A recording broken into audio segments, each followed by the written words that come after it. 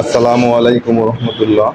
আলহামদুলিল্লাহ, আমরা এই যে আজ জোহরের নামাজের পর একটি মাদ্রাসায় উপস্থিত হয়েছি। এটার নাম পশ্চিম শালগারিয়া হাফিজিয়া মাদ্রাসা।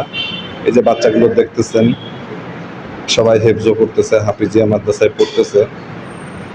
এখানে আল্লাহর ইচ্ছায় আমাদের এক ভাই উনি খাওয়ার ব্যবস্থাটা করছেন।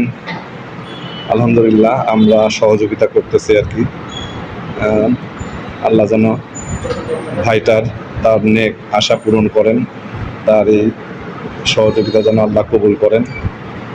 আপনারা যারা এরকম খাওয়াতে চান, অনেকেই আছে দেশের বাইরে, ইচ্ছা করেন কিন্তু হয়তো কোনো ব্যবস্থা না থাকার কারণে পারেন না।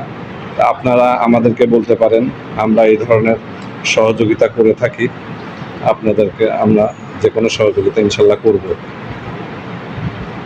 আপনারা সবাই আমাদের এই চ্যানেলটা সাবস্ক্রাইব করবেন।